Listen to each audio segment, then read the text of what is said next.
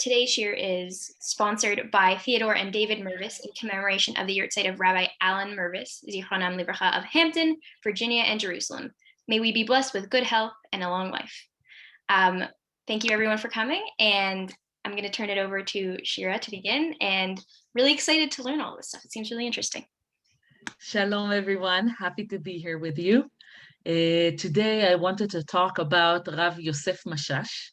And as I told Rabbi Kalman, it's actually family. It's my family. I'm a descendant in some way of Rav Mashash. So this is very close to home. In my Savta house, we had a big picture of Rav Mashash in the wall in the living room. So this is a figure that I grew up looking at his picture.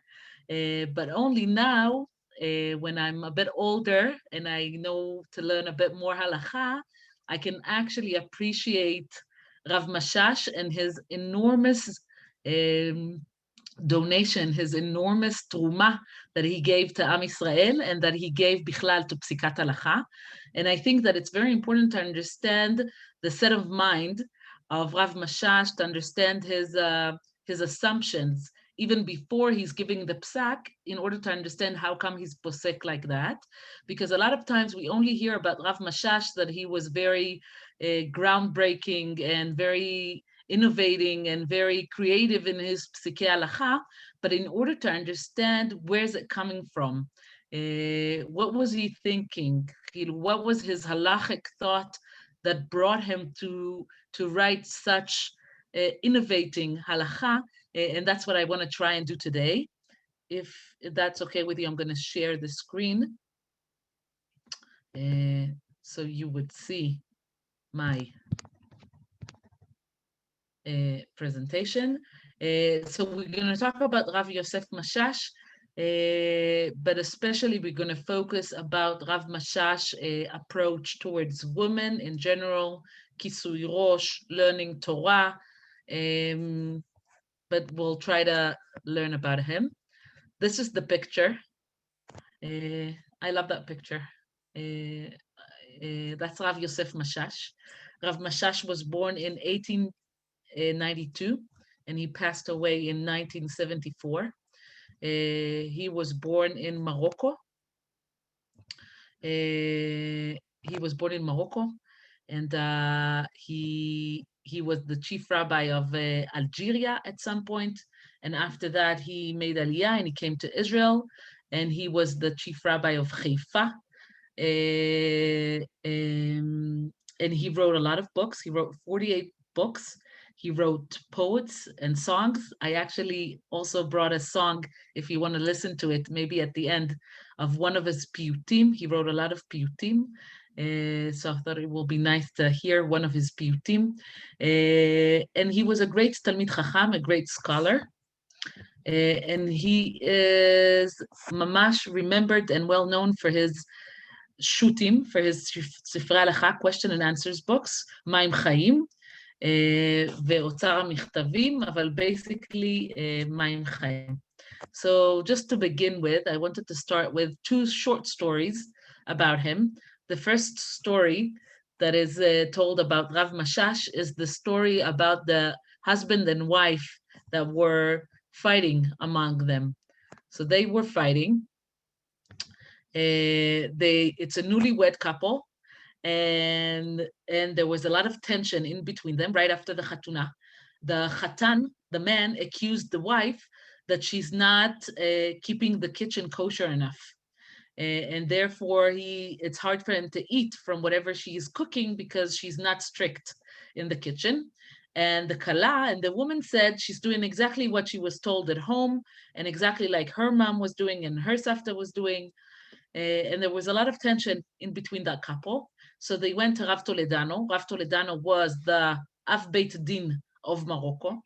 And Rav Toledano, in addition to being the Av Beit Din, he was also known at being very, very strict and very machmir. Because Rav Toledano, I don't know if you remember, we spoke about it, Rav Toledano gave his psakim according to Kabbalah. And he was mamash machmir. So this couple went to Rav Toledano because he was in the Beit Din, and Rav Toledano understood that maybe the wife is not doing strictly kosher halachot laws in the kitchen like she should have. And the Khatan, he thought that the man was right, but he didn't want to say that to them, to that young couple, because he was afraid that if he's going to tell them that the man is right and the woman is wrong, it's only going to cause more of a fight and it's not going to help them to live together. So Rav Toledano didn't know what to do, and he told them, you know what? I can't give you an answer, an halachic answer. You should go to Rav Mashash. They went, this couple went to Rav Mashash. Rav Mashash listened to whatever they had to say for them describing their problem, and then he told them that he wants to look at the pot of the casserole of whatever it is that the woman was cooking, and the man was saying that it wasn't kosher. They went home, they brought the pot, and the rabbi Rav Yosef Mashash stared in the pot and took some of the meat and ate the meat, gave a bracha and ate. And then he told the couple, here, you can take back your pot. It's kosher. You have nothing to worry about it. Just make sure that you leave me some. It's so good. It tastes amazing. When the husband saw that the rabbi himself is eating from the pot, he understood that it's okay and that it's kosher and he can count on it. And they went home and it was fine. But then Rav Mashash, when they left, called the wife and spoke to her privately and told her, listen, this is what you're doing wrong. And this is what you should change in the kitchen. This is what you should change in the way that you're cooking, because halachically, according to kashrut, it's a bit problematic, and it's better if you'll do it in a different way. The students of Rav Mashash that heard him talk to the wife said, Rav Mashash, if she was wrong, how come you ate from the pot? How come you ate from the meat? It's forbidden. It wasn't kosher, and you ate from it. And Rav Mashash's answer was, Yesh dargot shonot shel isur. There's hierarchy. When something is forbidden, there's hierarchy in asur. Yesh basar ha'asur me'atorah. There's meat that is forbidden from Torah. Yesh midei Rabbanan. Yesh miminhag. Some is forbidden because of minhag. Some is forbidden from sages. Some is forbidden from Torah. This pot, whatever the thing that she was cooking, this was asur according to minhag, but it wasn't asur according to Torah. It wasn't forbidden according to Torah, and that's why I chose to make sure that they'll have shlom bayit. I chose to rather their shlom bayit to make sure that they will live together and they'll be happy together, and I took it on myself to eat from the pot. Why is this story so beautiful? And I think it's telling us something about Rav Mashash. First of all, that he didn't just spoke to them, but he actually ate from it. He gave them personal example in order to make sure that they understand that he has no problem with whatever it is. Second, that he didn't cause her any shame to the wife. And that's why I think she was able to hear and to listen to what he had to say, because he said it in private to her. And it wasn't out of criticism, it was out of, let me tell you how you can do it differently. And so he changed the whole atmosphere in between the couple. And I think the third thing that I like about the story is that there's stories about Rav Ovadia Yosef. The Rav Ovadia Yosef, the woman came to him, a very poor woman. She came to him with chicken and she said, I cooked this chicken, I bought chicken and I cooked it for my family, but now they're telling me that there was some sort of a problem with the chicken and it's not kosher.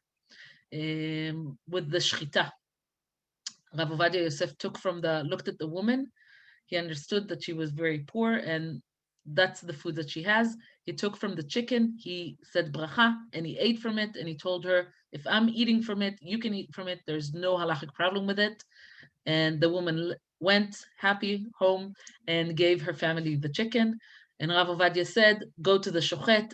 He did something wrong. This oaf is not kosher. The chicken is not kosher. Shchita is not kosher. You should make sure it's okay. And also, I think it's the same story of the rabbi looking at the person, looking at the situation, and taking it on himself to make it right. The second story that I love, this is also a drawing from Menachem Halberstadt, that I love his pictures. This is him drawing Rav Mashash playing with someone. There was, in the community in Morocco, It was a big community. It was flourishing, not like today. Today, there's only like 3,000 Jews in Casablanca, and in the rest of Morocco, there's mamash tiny, tiny communities. But back in those days, at 1900, there was a flourishing communities, and in the communities, even if you weren't halachically orthodox, you were traditional, and traditional meant that you kept Shabbat. And it was very known in the community that everyone are keeping Shabbat. It was the baseline. Baseline was that everyone are keeping Shabbat. But once there was this one person that publicly didn't keep Shabbat. And the community, after once and twice talking to him, the community have decided to do cherem, to tell him that no one is allowed to talk to him, no one is allowed to do business with him, he's not allowed to la'alot la Torah in shul, he can't be the shliach tzibur, he can't be the chazan. And no one from the community spoke to him because they were afraid that if one person is suddenly in public, is not keeping Shabbat, all of a sudden it will become like a slippery slope and everyone will start disrespecting Shabbat. And therefore, they decided to do cherem on that person. One Shabbat, they saw Rav Mashash, who was already part of the Beit Din. He was already af Beit Din. He was like well-known Talmid Chacham. And they saw him in Shabbat talking to this man. And they went to Rav Mashash and they told him, Rav Mashash, how can you talk to him? There's cherem about him. He doesn't keep Shabbat in public. What are you doing? How can you do that? So the people of the community warned Rav Mashash, maybe he's not aware, maybe he doesn't know. And Rav Mashash answered them, Yodea ani gam yodea, I'm well aware that this person, you gave a cherem on him. V'bishvil mi ledatchem bati lihiyot rav. Who do you think I came to be a rabbi for? What do you think? I'm here to be a rabbi to all the people that are already keeping Shabbat. I'm here to be a rabbi for the people that are not keeping Shabbat. I'm here in order to be available for the people that not necessarily see themselves as part of the community. To be the rabbi of the people that already see themselves as part of the community, that's great. But that's the obvious. I want to be the rabbi to those who doesn't see themselves as part of the community. So that's the second story about Rav Mashash. There's a few short topics that I wanted to show you from Rav Mashash writing that are showing how amazing and how groundbreaking he was. And this is the first topic. And the first topic is Rav Mashash is here in his book Nachalat Avot, is talking about the importance of rabbis being learned. Rabbis need to learn, and not just learn Torah, but they need to know the world. They need to understand reality. They need, if I'll translate it to our days, they need to have a Facebook account. They need to know what's happening. What does the people think? This is what he writes. ויותר לרואי השמש, דהיינו, שעיניהם פקוחות, their eyes are open, the eyes of the rabbis are open, להתבונן בענייני העולם, to look in everything that is happening in the world. כי על ידי כן מתפכחים ומתחדד שכלם, because by looking at reality, looking at the world, your mind is getting sharper. כמו שמצינו בדורות הראשונים, just like it used to be in the first generations, וראינו בדורות האחרונים, also in the later generations, שכל חכם לב, every wise man, שהייתה דעתו מעורבת בענייני העולם, הוא למופת בדורו. Rav Mashash is saying here that the great rabbis in each generation were dafka the rabbis that knew what was going on in the world, that knew what was going on in reality in the society around them. They were not just those Talmidei Chachamim who were sitting at the Beit Midrash and knew only to quote books and to quote halacha, and they only knew what was going on within the walls of the Beit Midrash. But the Gdol Dor, the person who is really the phenomenon of the generation, he's the person that has to know what's happening in reality, what's happening in society. וכל שאין לו עסק בענייני העולם, and if you don't understand, if you don't have business with this world, חוכמתו בתורה מלאה פתיות ותמימות וגם בערות. So if you don't understand reality, if you're not connected to what is happening in society today in your generation, then even if you know a lot of Torah, even if you are wise in Torah, but your Torah is full of naive, you're very naive, but naive not in the good sense, not naive in the sense of tamim tiyeh Hashem Elokecha, but naive in the sense that you don't understand what's going on in the world.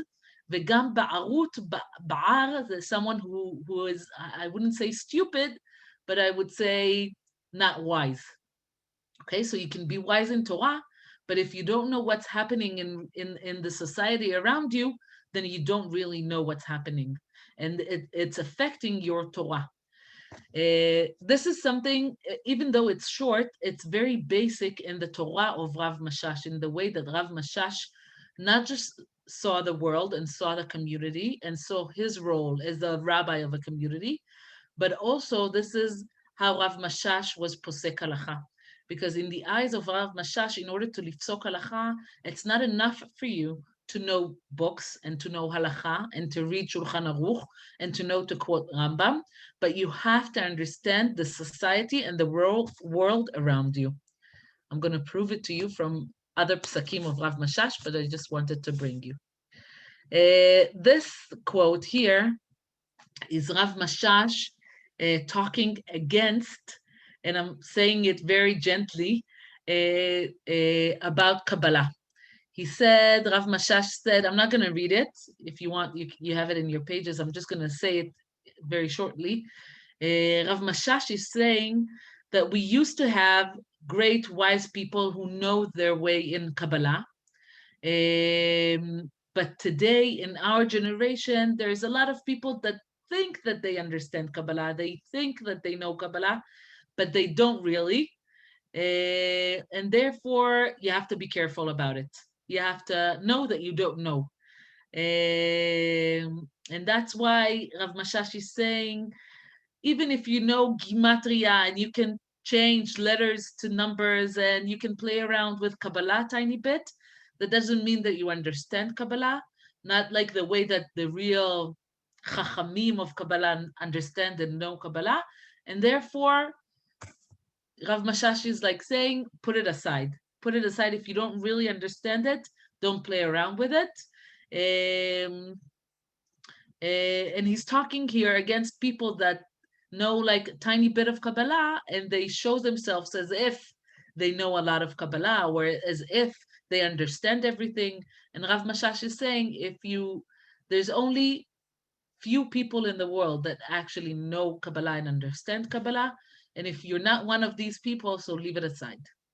I brought this quote because I wanted to show you that if we spoke about Ben Ish Chai and how Ben Ish Chai was posek according to Kabbalah, here Rav Mashash is taking a step backwards and he's saying you can be a great posek, but not according to Kabbalah. So according to what? How come? What is his? How does Rav Mashash posek halacha? So this is Rav Mashash way of psikat halacha. Can you see it? Okay, here. Okay, this is how it goes. So we have halacha, and halacha is actually a component of three things. There's three different ingredients. The first thing is din. Din, meaning the law, halacha. I would say here, Shulchan Aruch. And the other two kodkodim that we have here in order to lifsok halacha is sechel, logic, and the Rav needs to have the set of mind, meaning he needs to be able to look at the person that is asking him the question, to understand the context, to understand the situation, and to put that into the halacha. And also, a rabbi needs to take into account the time, meaning what are other people doing? In what way is that different than Ashkenazi way of psikat halacha? Ashkenazi way of psikat halacha would be according to the law. meaning according to Shulchan Aruch. How does Shulchan Aruch posek halacha, even though Shulchan Aruch is not Ashkenazi? But that's the way that most people, I would say, would go according to it. Just like Shulchan Aruch, according to Arbat Amudei HaHora'ah, you would take Rambam, Rif, Rosh, Tur, those 4 Rishonim, and you would say, okay, where do I have the majority? And then the Bet Yosef will write to you, because Rambam and Rif are saying one thing, I'm going together with the Rambam and the Rif. Because the Tur and the Rosh and the Rambam are saying one thing, this is how I'm going to do the Psak. And this is what basically a Shulchan Aruch, Rabbi Yosef Karo, is doing in the Beit Yosef. In the Beit Yosef, he's writing the whole halachic discussion, and he's bringing the halachic opinion of Rambam, Rosh, Tur, sometimes Rif as well. And according to these 3 or these 4, he would give the psak halacha. And this is the lamdanut. This is how you posek halacha according to the lamdanut, according to learning, according to the sugya, according to understanding the hishtalshelut ilchatit from Chumash to Mishnah to Gemara to Bet Yosef. And then you would have in the Bet Yosef Rambam Rosh Tur. Rav Mashash is saying it is that's how you posek halacha. It's true and it's very important, but it's only one angle. And in addition to that angle, you have 2 more angles that you have to take into account when someone is coming to you with a halachic question. The first thing is that you have to have common sense. As a rabbi, you have to have common sense. You have to use your sechel. You have to use your logic. I'm going to give you an example. There was a halachic question, a woman that have contractions on Shabbat, how should she get to the hospital? And there was a whole halachic discussion, beautiful halachic discussion, how to get to the hospital. The Oraita, the Rabbanan, should she drive, take a non-Jewish driver, taxi driver, ambulance? A whole halachic discussion, very interesting, very beautiful. One of the rabbis wrote a whole beautiful article, halachic article about it, and the bottom line was, his psak halacha was, so into my opinion, a woman that have contractions on Shabbat and needs to get to the hospital, she should ride a bicycle. Yes, I think it's funny also. And then when his talmidim came to him and told him, what do you mean? A woman in contraction, she can't ride the bicycle. What are you talking about? He said, no, it's not halacha lemaaseh. It's lamdanut. It's logic. It's halachic logic. It's like if you go from Chumash to Mishnah to Gemara to Rambam to that. So Ofanaim, bicycle, it's not the Oraita, it's maybe the Rabbanan, it's something that you can lehakel. So it's the way, like a whole discussion, but the whole discussion was not connected to reality.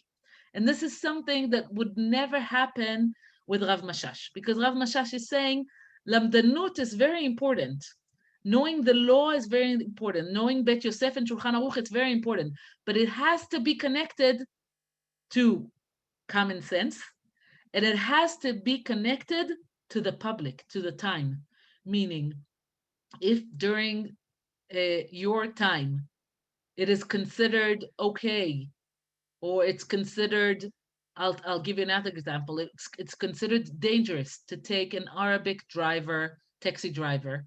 So don't take an Arabic driver. Even if you would say that on Shabbat, it's better to take a non-Jewish driver because he's driving and they're not you. And it's halachically, it's easier. But if where you live, for example, I live in Efrat, and taking an Arabic driver, non-Jewish driver would be an Arabic, and to take an Arabic driver could be dangerous, then you can't do it. Then it's not a halachic option for you. And that's the time, like meaning you need, it's not a good example. A good example of Rav Mashash taking into consideration the time and the public would be in Kisui Rosh, and this is what I want to show you, the Psak Halacha. First of all, this is a beautiful picture of Rav Mashash. Look at his eyes. I think that's already in Haifa, when he was the chief Sephardi rabbi of Haifa. So that's the picture that I brought you. Before we going into Kisui Rosh, into women covering their heads, I wanted also to show you Rav Mashash was a great Zionist. And throughout all the years that he lived in Morocco, he kept on talking about the importance of going to Eretz Israel. And I brought you just a few lines to read about the thought of Rav Mashash about Eretz Israel. ואומנם בליבי היה הדבר יוקד כאש. In my heart it was burning like fire. ותמיד הייתי חושב, and I was always thinking, מה זה עשה אלוקים לנו? What did הקדוש ברוך הוא do to us? במקום לחסל את הגלות, אנחנו עושים לה כיוונים להמשיכה ולקיימה, instead of vanishing the exile, instead of saying there's no Jewish life outside of Israel, what we're doing is we're making it easy to live outside of Israel. We're making it possible to live outside of Israel. What are we doing? ואני הייתי בוכה במסתרים, and I was crying in hiding place, על שליבי לא היה חזק כל כך, because my heart wasn't strong enough לנתק את מוסרותיו מהגלות כפרה סוררה, that I wasn't strong enough to disconnect myself from my place, from my traditions, to leave Morocco, ולהשליך על השם יהבי, and just to say, Hashem, I trust you, and just to go with it, ולעלות בשמחה לארצנו, and to go to Israel with joy, והבוחן לבבות וכליות, אלוקים צדיק, and הקדוש ברוך הוא, who knows into the hearts, היה מגיני וקרן אישי משגבי, he knows. באמת, so it was a lot of years that Rav Mashash really wanted to move to Israel, but he had a formal job, he had a formal title in Morocco. He was the head rabbi in Algiers for a lot of years, and then the head rabbi in Meknes and the Av Beit Din. And then at one point, I think in Shnat Tashmad something, he decided to move to Israel, and he came to Israel, he made Aliyah, he moved to Israel, and he became the chief Sephardi rabbi of Haifa till the day that he passed, and he passed in 1974. Okay, this is something beautiful. So Rav Mashash is famous for talking about electricity. So there's one famous halachic answer that I didn't bring to you about electricity. The tradition of Morocco, the Masoret of the community of Morocco, is that during the days of Chag, and I want to emphasize it, not on Shabbat, but on Chag, you can use electricity. So now today, I don't know, like I'm Moroccan, but my family doesn't do that. Kilo, I think it was ancient tradition that when we came to Israel, I think it stopped at some point, and everyone are now doing according to Shulchan Aruch, and they are not keeping all the traditions from Morocco. But I know for fact that the Jews of Morocco used electricity in Chag in order to differentiate between Shabbat and Chag and the different levels of Shabbat and Chag. Rav Mashash wrote about using electricity during Chag, but he also wrote about electricity bichlal, and this is something beautiful that he wrote about electricity that I wanted to show you. ועוד אני אומר, and I'm saying something more, דפשוט וברוך, it is simple and it is obvious, שאם היה אור האלקטריסיטי מצוי בזמן המקדש, that if we had electricity during the time of בית המקדש, ודאי שבו היו מדליקים המנורה. It is for sure, it's very obvious for me that if in the times of Beit HaMikdash we would have electricity, we would light menorah not with oil, but with electricity. And why? How does Rav Mashash explain that? משום שאי אפשר היה להיות שנמלא בתינו החולים באורים גדולים של אור החשמל היקר הזה, because it doesn't make any sense that in our house, that our house of Chol, that our house of not of Kodesh, that it's not Beit HaMikdash, just a regular house that everyone lives in. It doesn't make sense that in our home, we would turn on the electricity and we will have beautiful electricity with big lights, like shining lights, שהוא מעין דוגמה של מעלה, that it resembles, if it's the light of the heavens, ובבית אלוקינו הקדוש נדליק בשמן זית. But in the house of הקדוש ברוך הוא, in בית המקדש, we would light in olive oil, שאפילו העניים הגרועים מואסים אותו בזמן הזה. That in our days, even the poor people are not using oil in order to light their house. נכון? Even the poor people, Even if you're poor, you're still using electricity in your house. So in Beit HaMikdash, we're going to use olive oil? Of course not. We're going to use electricity. ופשוט שממנו נדליק בבית האחרון שיבנה במהרה בימינו, אמן. And it is simple to me, says Rav Mashash, that Be'ezrat Hashem, when third Beit Mikdash would come, we are going to light the menorah in electricity and not with oil. I brought it because I thought that it shows how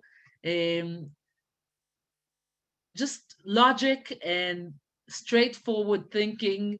It's very simple for him, and it's very obvious for him to say that we're going to light the menorah not with oil but with electricity. And I think that it's very interesting to see. For example, Rav Ovadia Yosef would say that if you don't have oil, for example, you're out in campsite or in the middle of a trip during Hanukkah, so you can light Hanukkah candles with electricity. And also Rav Ovadia would say if you're in a hotel and you're not allowed to light candles in your room, then you should light electricity, like a special lamp, and you should say bracha shel levarech al adlakat ner Shabbat and turn on the lights. And I think it's all coming from this, that electricity and light, it's just coming to replace the oil. And today we have something that can replace it. So I think it's very interesting to see. And now we're coming to talk. I wanted to speak about two different halachot. One, the first one would be about kisui rosh, covering the head, the hair for women, and the second thing is about learning Torah for women. So the first thing, and this is one of the psakim that is Rav Mashash is most famous about. I don't know what it's like outside of Israel, but in Israel, you would see very religious girls that wouldn't cover their hair. And if you'll talk to them, they'll say, oh, I'm counting on Rav Mashash. Rav Mashash said that we can, and they could be Ashkenazi, they can be whatever they want, but it's like a well-known phrase. Rav Mashash, he said that women doesn't have to cover their hair. So I want to say it's a bit more complicated than that. It's not just Rav Mashash saying, everyone take your head cover off. And I can also say that we are not going according to, meaning it didn't hitkabel lahalacha. We're not going according to Rav Mashash, therefore my hair covering. Aval, it is one opinion, and it's not the opinion that we're going according to her, because most of the poskim, most of the rabbis didn't agree with Rav Mashash. But I think it's beautiful the way that he analyzed halacha and the way that he uses the law, the logic, and the time in order to write such a beautiful psak. So this is what Rav Mashash is writing about. Kisui rosh. Dabni, you should know, my son, כי אסור גילוי הראש לנשואות, היה חמור אצלנו פה, מחננו זה קדוש. You should know that the prohibition of not covering your hair was very strict here in our community, meaning all the women used to cover their heads. It was very obvious. It was something that everyone did. וכן בכל ערי המערב, everywhere in the Islamic countries, טרם בוא הצרפתים, before the French conquered the countries, the Arab countries, ואך אחרי בואם במעט זמן, and even a bit after the French came, פרצו בנות ישראל גדר בזה. After the French conquered all the Arab countries, בנות ישראל, the daughters of Israel, started to do something else, something different. פרצו גדר, meaning they broke the fence. They broke the way and they did something else.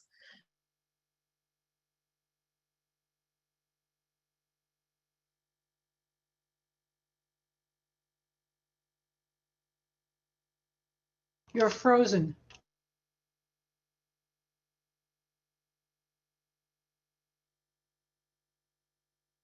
Was very dramatic, and a lot of the rabbis and the wise people, יראי אלוקים ואך מעט כמה שעון לדממה. So at the beginning, it was very dramatic, but slowly it became silent. ויחדלו הקולות, and the rabbis stopped giving criticism about it. כי לא הועילה שום תוכחה. Meaning at the beginning, they gave criticism, the rabbis, the wise men, all the people that it was important for them that women will cover their head. They gave criticism about it, and it was dramatic, and everyone spoke about it. But slowly, it was yesterday news, and it became old news, and no criticism was useful. לא בנחת ולא באש מתלקחת, not to speak nicely and try to explain, and not to get angry like fire and to be upset. Nothing helped. כי אין חזק כאישה, אמרו הקדמונים. Why nothing helped? Because there's nothing that could be as strong as a woman. ועתה, כל הנשים יוצאות בריש גלי, פרועי שיער. Now all the women are going out in the streets with their hair outside. זולת הזקנות הם שמכסין את ראשן. Besides for the older generation, the older women that are still covering their heads. ולא כולה, רק מניחים חלק גלוי מצד פנים. And even then, they don't cover all of their hair, but they're just putting something to show that they're covering their hair, but everything at the back is, their hair is outside. ואני בלכתי בסייעתא דשמיא לשרת קודש בעיר תהילת הלמיסיין, זה כ-30 שנה, and when I went to be the head rabbi, the chief rabbi of Talemisan, which is in Algiers, and he was the chief rabbi there for 30 years, ראיתי הדבר פשוט שם. I saw that it was very simple, ובכל המחוז, not just in that city, but everywhere in that area, גם הזקנות, also the old ladies, כולם פרועי ראש, everyone was going with their hair outside, עם כמה מיני תגלחות משונות, כאשר נמשך גם הדבר פה בערי המערב. So this is something that is going in a lot of Arabic countries, that women are going with their hair outside, and they're not covering their head. ועוד כי אותה תשובה זה להיום 45 שנים, שאז כל הנשים במרוקו ורובם באלג'ירן היו בראש מכוסה. It used to be that in Morocco, in Algeria, everyone used to cover their hair, but now it is not like that. And now he's explaining the halachic issue here. על העניין גילוי ראש באישה לא באה לידי עליו שום שאלה, והיה אסורו פשוט לכל.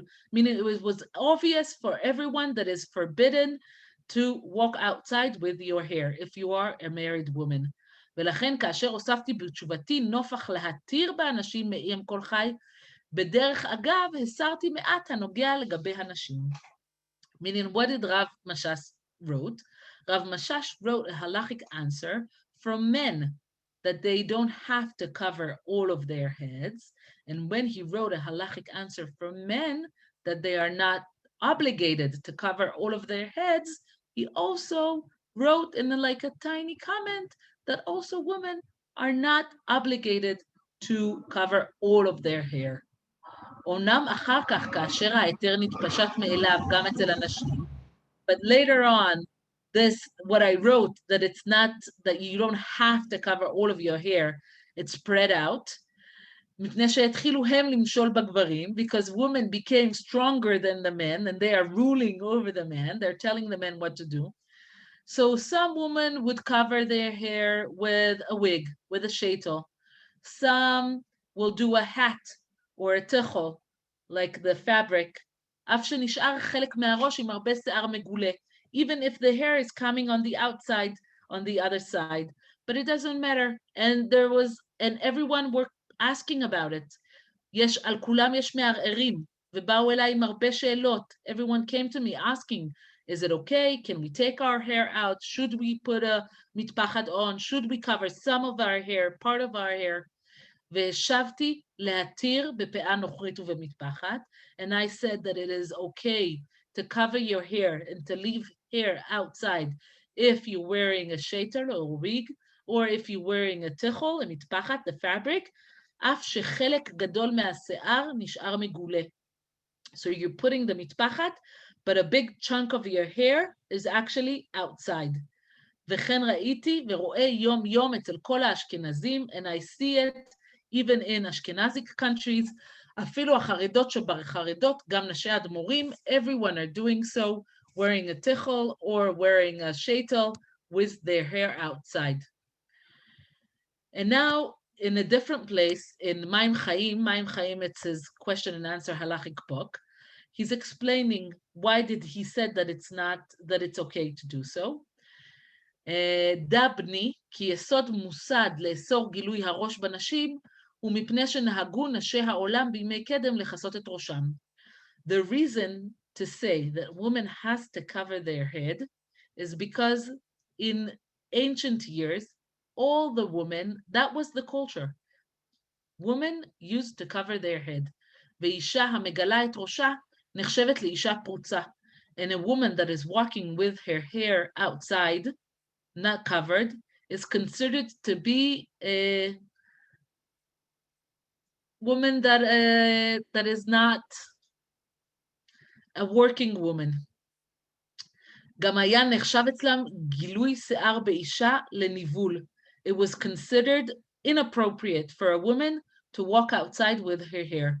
ואם כן, בזמן הזה, but today, in our times, שכל נשי העולם ביטלו מנהג הקודם, that all the women in the world canceled the previous tradition, וחזרו למנהג פשוט, and they are back into the regular tradition, לגלות את ראשם, to walk with their hair outside.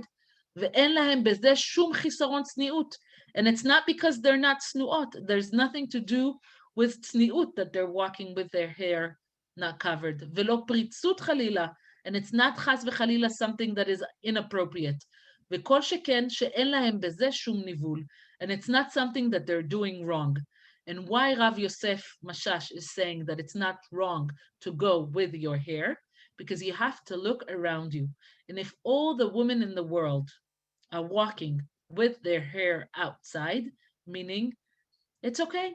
In ancient days, it used to be like, for example, in the days of the Rambam is writing, a woman is allowed to walk out of her house once a month to visit the sick. Because in the days of the Rambam, women in the Islamic country that the Rambam was in, women were not walking around in the streets. And when they were outside in the street, in the market, or visiting the sick, they would be covered head to toe. Rav Mashash is writing, when that was the cultural thing to do, that women were covered head to toe, so that's what you should have done. But today, if you look right and left, most of the women in the world are not covering their head, and hair is something that you see in the street all the time. And that's why it is not chas v'chalila choser tzniut, and it is not something that is wrong, but this is just doing whatever the culture is doing. And that's why, according to Rav Mashash, it's allowed. אם כן, עתה, שכל בנות ישראל הסכימה דעתן שאין להם בכיסוי הראש שום צניעות, all the women of Israel are agreeing that covering your head, it's not because of tzniut. There's nothing that is not צנוע with your hair. וכל שכן, שאין להם בגילוי הראש שום ניבול, there's nothing wrong with the hair, ואדרבה, גילוי שערן הוא הודן ויופיין ותפארתן, and more than that, showing your hair, it's showing your beauty, it's showing your grace, it's showing your glory, ובגילוי שערה מתגאה האישה לפני בעלה ובועלה. And with your hair, this is what makes you look so beautiful. And it's important that you'll be beautiful for your husband. אלא אם כן נעקר האיסור מעיקרו. And that's why Rav Mashash is writing, it is not forbidden anymore to walk outside with your hair. ונעשה היתר. And it's okay, it's mutar to walk with your hair because that's the culture and that's what most of the people in the society are doing. וכל אדם מבשרו יחזה, and every person can see it for himself, שרואה אלפי נשים עוברות לפניו יום יום בראש מגולה. If you walk downtown ירושלים, if you go downtown Tel Aviv, and if you go downtown Toronto or New York, most of the women would be with their hair out in the open. ואינו שם ליבו להן. And it's not something that is causing the men to look twice. Oh, this woman is going with her hair. It's something to look at. No, it's very common in the street. והמהרהר לא מחמת שיער גלוי מהרהר. And if there's a man that have inappropriate thoughts or sexual thoughts in his head, it is not because of the hair is outside. Why Rav Mashash is saying that? Because he says if you go to the street, everyone have their hair outside. So if you have sexual thoughts, it's not because of the hair. So this is Rav Mashash about the hair covering, and it's very groundbreaking. And even though I'm Moroccan and I am descendant of Rav Mashash, as you can see, I am still covering my hair because I highly appreciate his thought and his psikat halacha. But in this matter specifically, I think most of the Rabbanim are disagreeing with Rav Mashash. So it's a machloket, it's a halachic argument. So you can take either way. You can decide for yourself, who do you agree with?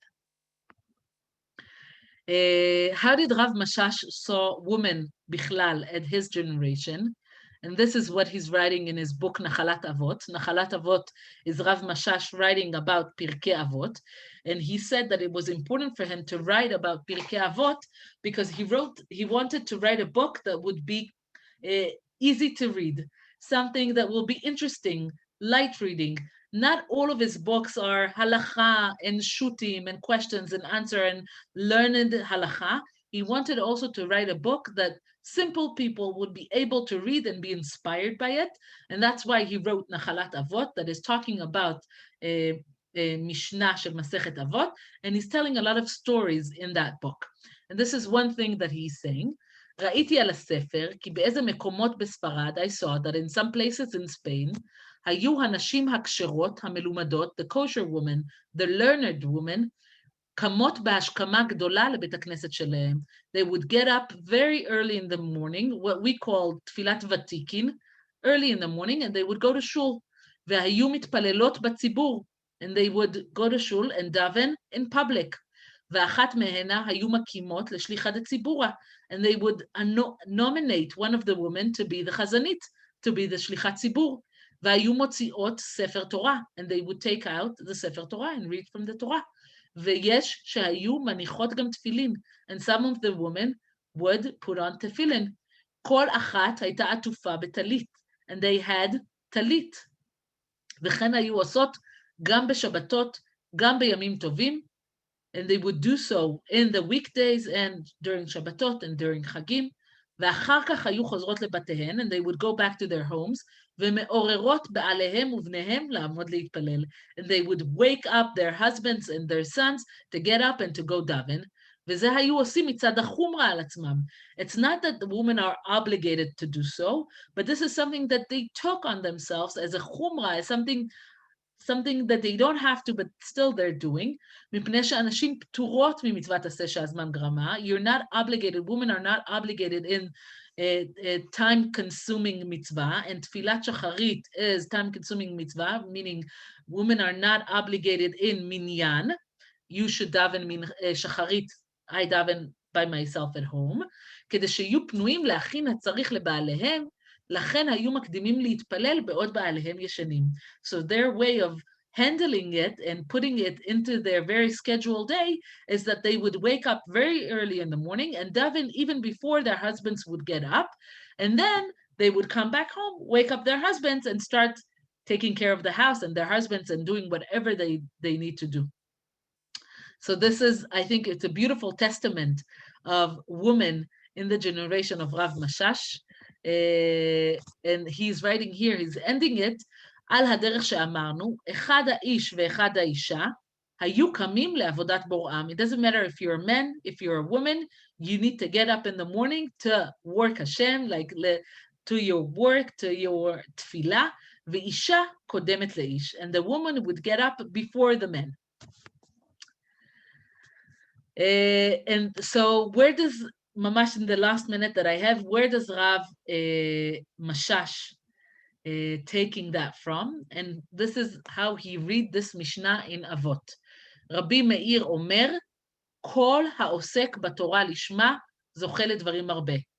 everyone, and this is the word that he would later emphasize very much so, kol haosek b'Torah lishma, everyone who are dealing with the Torah lishma, meaning not for a purpose, זוכה לדברים הרבה, then you are rewarded in many things, ולא עוד, אלא שכל העולם כולו כדאי הוא לו, נקרא רע, אהוב, אוהב את המקום, and then the Mishnah is talking about how amazing it is to deal with Torah without any interest. And this is what Rav Mashash is writing in his book about Masechet Avot. עוד נראה, and it seems to me, it seems more, שבאה מילת כל לרבות את הנשים. Why does Rabbi Meir here in the Mishnah is saying כל העוסק בתורה לשמה? He could have said מי שעוסק בתורה לשמה. And he is saying כל, everyone. So Rav Mashash is being listening very carefully to Rabbi Meir and the Mishnah. And he's saying the word כל is in order to include the woman. שאף שאינם מצוות בתלמוד תורה, and now he's quoting all the places that it says that women are not obligated in learning Torah, but still, אם יעסקו בה, נכון? כל העוסק בתורה, if you deal with Torah, הכל, אם יעסקו בה לשמה, זוכות גם הם לדברים הרבה. So what Rav Mashash is doing here very nicely is that he is dividing. So there's mitzvah, that every man is obligated to learn Torah and to teach Torah to his son. Beautiful. But besides that, Rabbi Meir is saying, Kol ha'osek b'Torah. There's also a mitzvah, la'asok b'divrei Torah, meaning to deal with Torah, to learn Torah, to do mitzvot, like everything that it doesn't have to be specifically to sit and learn, but everything that you are dealing with Torah. And this is something that Rabbi Meir is on purpose saying kol in order to include the woman. And Rav Mashash is saying it's not just that the women are included, it's not just that it's not time-consuming mitzvah, and therefore women are allowed or even obligated to deal with Torah, but also if they'll do it, they'll win a lot of things. What does it mean they'll win a lot of things? Because if you're obligated, if you're a man, so you are obligated in the mitzvah of Talmud Torah. If you're doing mitzvah, you're getting a reward. But because us, the woman, we are not, it's not a mitzvah, it's not an obligated mitzvah that we are obligated in. So we're losing the reward. Rav Mashash is saying, nachon, maybe you don't have the specific reward of the mitzvah, but you have something else. You're winning other things. Kmo dvorah v'chulda. Dvorah was the prophet in the book of Shmuel, Melachim. Chulda from Gemara, שזכו לנבואה מפני חוכמתן וצדקתן, וכן אמא שלום, אשתו של רבי אליעזר, he was a Tana, אחותו של רבן גמליאל. Okay, this is from Masechet Shabbat. ברוריה, the daughter of Rabbi Hanania ben Tradion, אשתו של רבי מאיר. He's giving us here examples of women throughout the ages, from the time of Dvorah Nevi'ah till the times of the Tanaim, the Amoraim, the daughters of Rashi, הייתה כותבת וחותמת, שות בשם אביה, אחותו חילית מרים אשת רבנו תם, חנה אחותו של הריבם, meaning he's giving us examples to women throughout the ages, from the days of Dvorah and until his days. נכון? The sister, the wife of Rabbeinu Tam is the Tosfot, the daughters of Rashi, Rabbi Yitzchak bar Menachem, מבעלי התוספות, his sister. So he's giving us an example to women that were educated and that chose to learn Torah and to write Torah, נכון, to learn halacha and to teach halacha. And he said, even if they are not obligated in Talmud Torah, they are obligated in la'asok b'divrei Torah.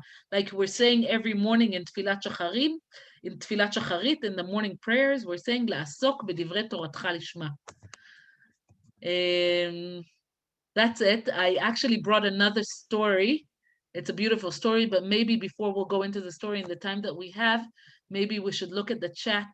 Oli, do you want to help me if there are questions in the chat to look at? And then if we'll have time, we'll go back to the last story.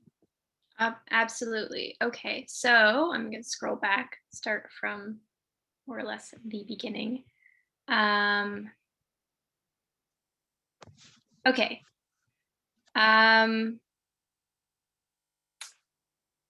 So just trying to. If Rav Avadia told the shochet that the chicken was not kosher, how could he eat it? I think they mean Rav Mashash.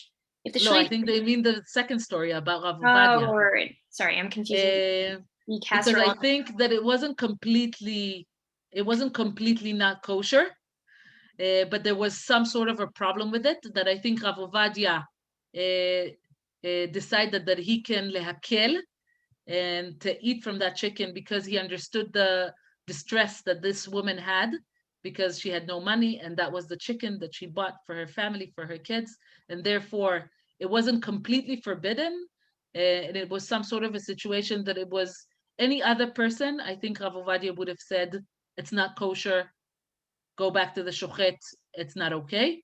But because he saw the woman that's standing in front of him and he understood the mitzukah, the distress that she was in, he decided to lehakel and to take care of it.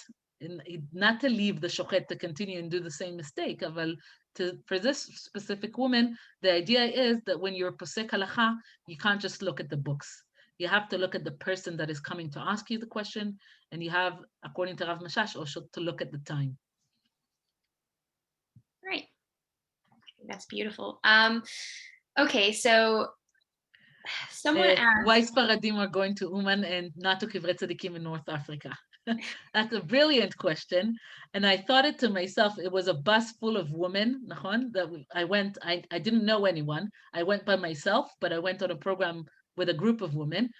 Most of the group was Sephardi, and we found ourselves in Breslev, in the middle of Ukraine, in the middle of a field, screaming tate.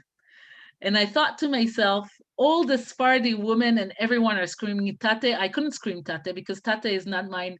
It's not my word. It's not something that I could identify with. But I understood the screaming. I understood the tate. And it's a very good question. And the truth is that I would love to organize a tour to not just Spain. I would love to go to Rif in Rashba and Ken and Rambam.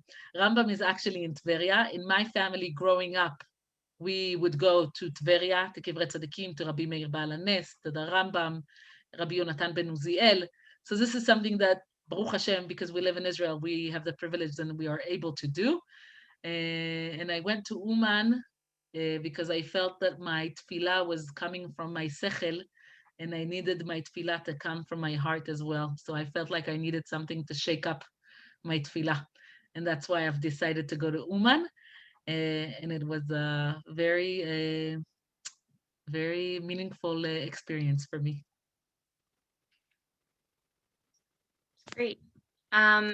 Somebody asked, I guess this is in regards to women who cover their hair with wigs, and if it's not about modesty or trying to, I'm not quite sure, but basically they asked it's an interesting that he talked about that and the fact that you can go downtown and you can see women with their hair uncovered. So why the wigs? Why do people wear wigs? I guess. Okay, so that's a different shiur that I would love to give on a different time, but that's actually a machloket. And the machloket is, the argument is, why are we obligated in covering our heads? One answer is heker, meaning so that everyone would be able to recognize that this woman is married. And the other answer is tzniut. Tzniut, because when a woman is getting married, something in the hair, and this is Kabbalah, the source for that is Kabbalah, it's from Kabbalah, that once you are married, there's something that needs to stay in between the intimacy, in between the husband and the wife, and the hair is part of that intimacy. According to that, also women that are divorced or chas v'chalila widowed, halachically, it's not so simple to take off the head covering. But that's a different topic. Rav Mashash looked at it and said, if it's just a heker, if it's something that we need to recognize, so today you could go with a ring that will say that you are married. I can go let's say with a T-shirt that would say, "Hi, I'm married. Please don't approach." The question is, does it have to be head covering? And the other thing is that it's a cultural thing, meaning today, going into the street, you would see a lot of people with their hair outside, and there's nothing that is not sanua about the hair, because it's something that we all used to look at. But on the other hand, when people are seeing me, they'll know that I'm married. It's or they know that something is going on with me. It's a I think we need to go into the Mekorot in Masechet Avodah Zarah, and we need to go into Vaikra about Isha Sota, and to look into the sources more carefully into the sources. But what I wanted to show you about the thought of Rav Mashash, that he said that it has to be also not just according to the Mekorot, according to Masechet Sota, according to Vaikra, according to Masechet Avodah Zarah, but it also has to be related to the time and related to what other people are doing, what is cultural, what is acceptable in the culture. And that was Rav Mashash thinking. Okay. I hope I answered your question. One last one. This was private message to me, but I think this is probably better for you. Are there any books in English about Rav Mashash? There are articles. I can try. Oh, you know what I'll do? If you have still another minute, I'm going to share the screen again, and I'll show you the piyut of Rav Mashash. There's article. I'm going to send you the articles if you want. Articles of Rav Mashash in English, and I would love to share it. Rega, I'm trying to go into the. It's not working for me. Slicha. But I had a beautiful YouTube with Rav David Menachem. I don't know if you've heard of Rav Chacham Menachem. And he wrote he's singing the piyutim of Rav Mashash. Right in YouTube, Rav Chacham David Menachem, Rav Mashash, and you'll find it on YouTube if you want to listen to it. It's beautiful. Great, and thank you. Ooh. I'll try to send you the link, both to YouTube and to the articles in English. Awesome.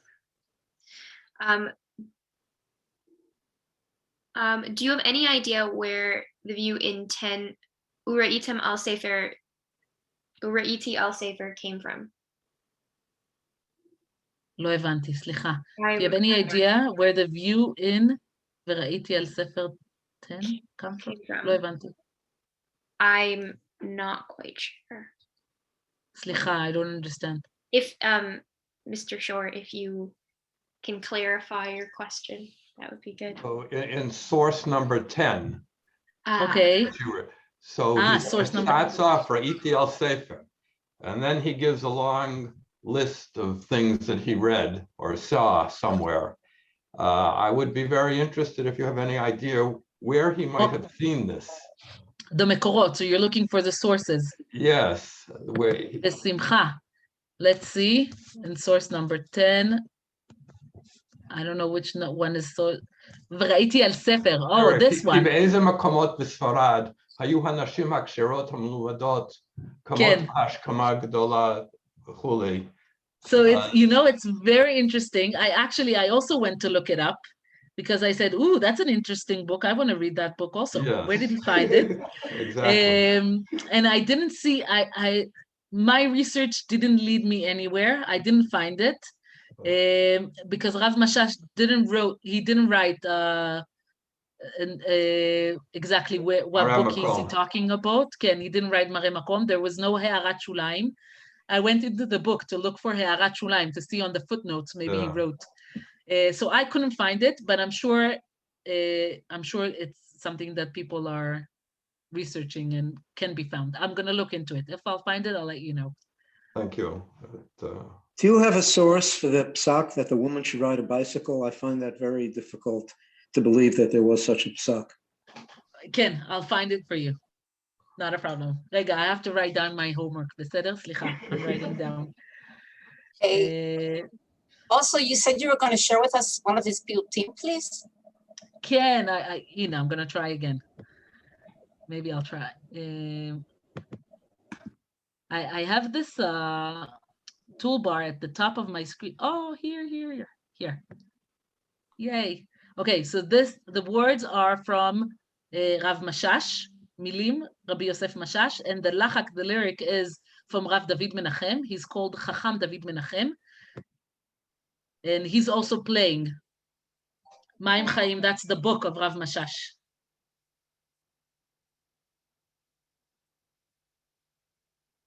Don't hear it. Oh, you can't hear it? You have to share your sound. Oh, okay, how do I do that? Because I can hear it. Rega, how do I share my sound? If you go to the toolbar on top where it's like you're sharing screen, click on it. Just do new share, and then when you get the pop-up, you'll see like on the bottom there's like a little checkbox like share computer audio, and just check that off. Meaning disable, hide. Share sound. Okay, tell me if you hear it now. Okay.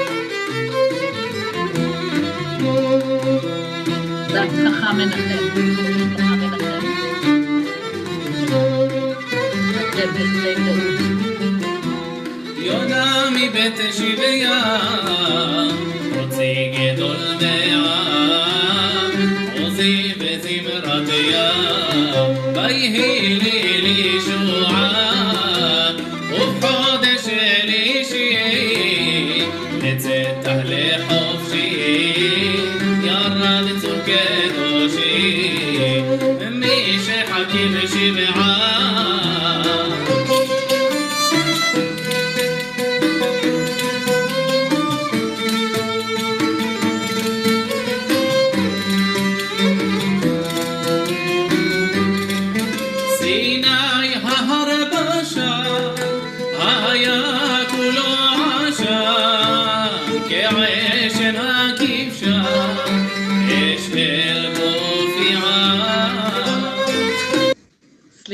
I'm sorry, we have to stop. Yeah, we have another shir coming up in about 5 minutes, so. Slicha, אבל I highly encourage you to look it up on YouTube. Just write Rav Mashash or Chacham David Menachem. He's got beautiful piyutim, and enjoy. Thank you so much. That was like really interesting. Thank you for giving the shir, and thank you for everyone for coming. We have about 6 more minutes until Rav Alex Israel's teachings of Rabbi Sachs, Zichronam Libracha, starts. So grab yourself a drink or something to eat, and I will see you soon. Thank you, everyone. Enjoy. Thank you.